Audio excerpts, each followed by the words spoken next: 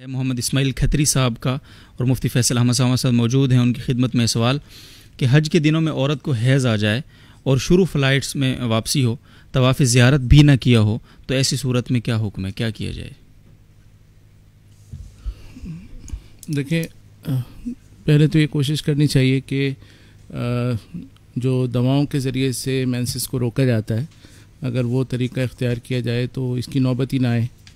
لیکن اگر بالفرض ایسی نوبت آ گئی ہے جو انہوں نے کیس ایک بنایا ہے کہ بالکل ابتدا میں فلائٹ ہے اور طواف زیارت کا وقت ہے اور ابھی نہیں ہو سکتا وہ، تو اگر ایسی صورت ہو جائے تو اس صورت میں پھر اس عورت کو چاہیے کہ یہ طواف زیارت کر لے. اور ایسی حالت میں طواف زیارت کرنے سے ایک بڑا جانور، بدنا اسے ہم کہتے ہیں، ایک بڑا جانور جو 7 حصوں والا ہوتا ہے، یہ لازم ہوتا ہے. تو یہ اس کو جرمانے کے طور پہ دینا ہوگا اور استغفار کرنا ہوگا کہ مسجد میں اس حالت میں اسے داخل ہونا پڑا.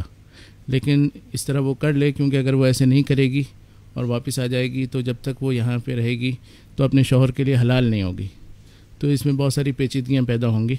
تو اگر بار بار جانے کی وسعت ہے تو پھر انتظار کر لے، فلائٹ کو لیٹ کروا لے، دوبارہ چلی جائے، تو یہ بھی ہو سکتا ہے.